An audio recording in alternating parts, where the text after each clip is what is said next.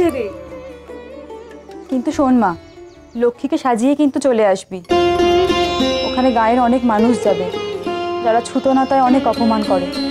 আমি চাই না কেউ তোকে কথা শোনাক। তুমি ভেবো না মা, আমি কারোর সামনে যাব না। সেই ভালো, কারোর সামনে যাস না। জানিস ময়না, আমি ভট্টাচার্যি বাড়িতে গিয়েছিলাম কাজ চাইতে। বরপক্ষের লোকগুলোর চোখের দৃষ্টি একদম ভালো না। পাত্রের বাবা আমার দিকে এমন করে তাকিয়েছিল যে আমি একেবারে লজ্জায় মাটিতে মিশে যাচ্ছিলাম। ওই বড় লোকদের থেকে দূরে থাকাই মঙ্গল। বলছি তো আমি কারোর সামনে যাব না। এবার শান্তি।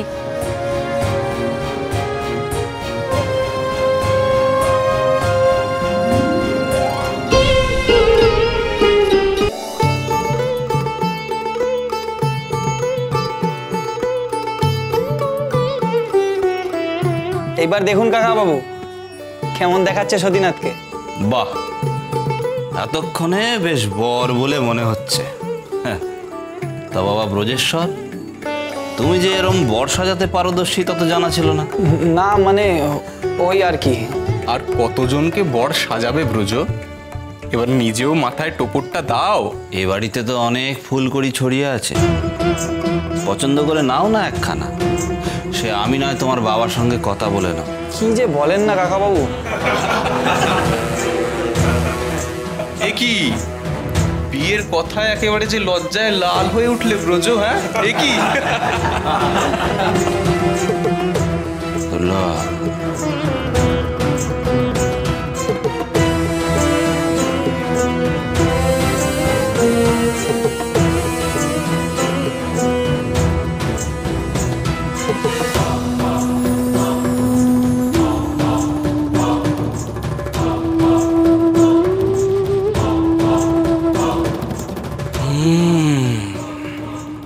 দুর্লভ, ওরম ভিজে বেড়ালের মতো হাত পা গুটিয়ে বসে থাকলে চলবে?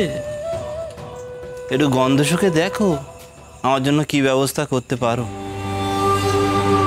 একদিকে ছেলে বিয়ে করবে, অন্যদিকে আমি ফুলকুড়ির গন্ধ নেব। না না, তা কি কখনো হয়? আপনার ইচ্ছে কি আমি বাদ সাধতে পারি কখনো? কথা কি যে বলেন। তবে কিনা মানে এমনি এমনি পুট করে কি আর ফুল তুলে আনা যাবে? দুর্লভ, এরা সব গ্রামের না খেতে পাওয়া লোকজন। একটু ভালো টোপ দাও, দেখবে ঠিক চারা গিলেছে। হ্যাঁ, আর এসব কি তোমায় নতুন করে আমার শেখাতে হবে না? তা যথার্থই বলেছেন। ঠিক আছে, আপনি বলে দিন কোন মাছের সামনে চারা ফেলবো।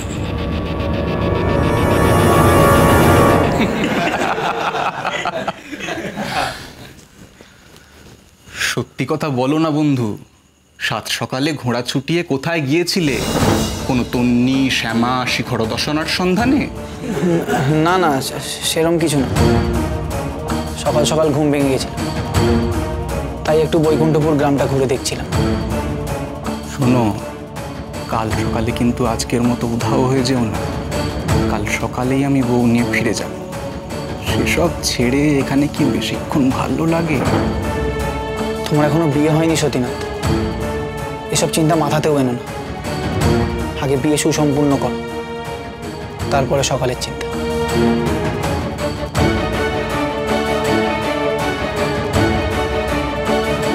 আজ সেই গুপ্ত ধন সম্পদ খুঁজে পাইনি, কাল আমায় ব্যর্থ হলে চলবে না, কিছুতেই না।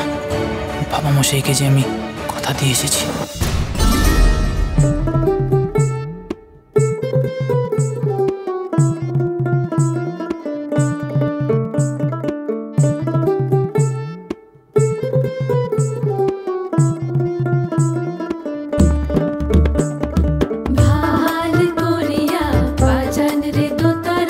সুন্দরী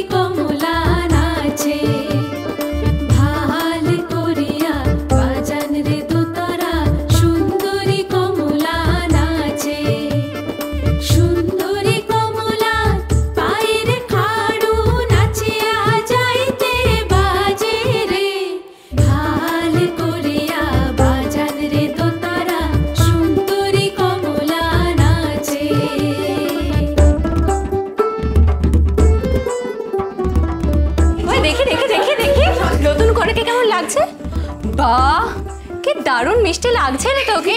ঠিক বলেছিস, লক্ষ্মীকে চেনাই যাচ্ছে না, যেন ডানা কাটা পরি। একদম সমস্ত হয়ে যেত কিন্তু আমাদের প্রফুল্লে। হ্যাঁ, কত সুন্দর সাজাস বলতো। আমার বিয়েতে কিন্তু তোকেই সাজাতে হবে প্রফুল্ল।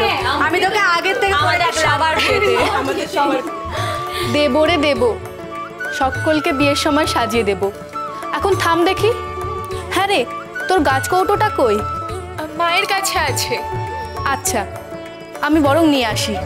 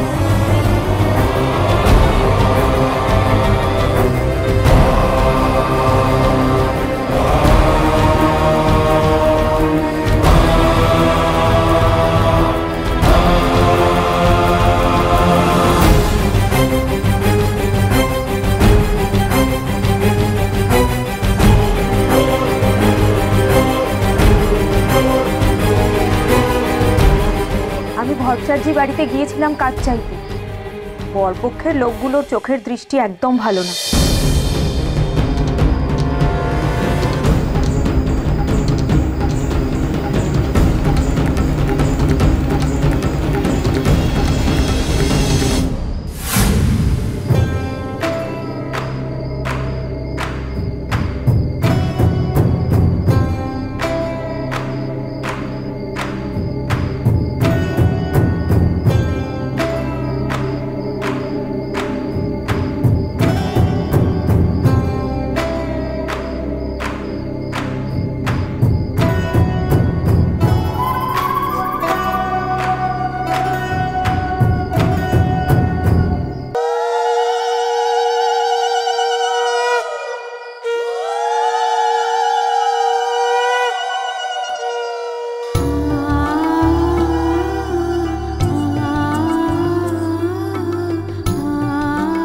এই তো সেই মানুষটা, একেই তো আজ আমি সকালে ঘোড়ায় চড়ে যেতে দেখেছিলাম।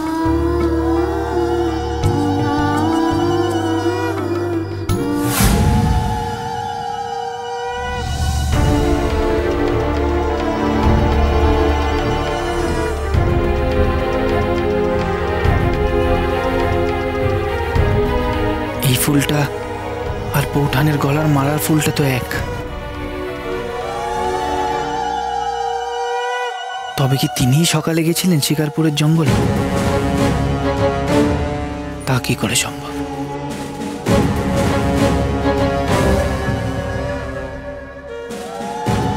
লক্ষ্মীকে খুব সুন্দর দেখাচ্ছে। কে সাজালো লক্ষ্মীকে? কেন? আমাদের ওই প্রফুল্ল গো, আমাদের প্রফুল্ল। সে আবার কি করেছে বলো তো? ওই জঙ্গল থেকে কি সব জড়িবুটি, শেকড় বাকড়, ফুল তুলে এনে বেটে সেটা আবার তুমি বাঘ দেখেছো? সেখানে মা আমাকে যেতে দেবে নাকি? তবে প্রফুল্ল দিদি জানে অনেকবার গেছে। কনে সাজিয়েছে যখন, তখন নিশ্চয়ই সে বিয়ে বাড়িতেই আছে। কিন্তু তাকে চিনব কি করে? আমি তো কারো সামনে যাইনি মা, তাই সেও আমায় দেখতে পাইনি। কে? কার কথা বলছিস? তোমার সঙ্গে আবার দেখা হবে তো রাজপুত্র? তোমার সঙ্গে কিভাবে দেখা করব? আর কি একবারও দেখা হবে না?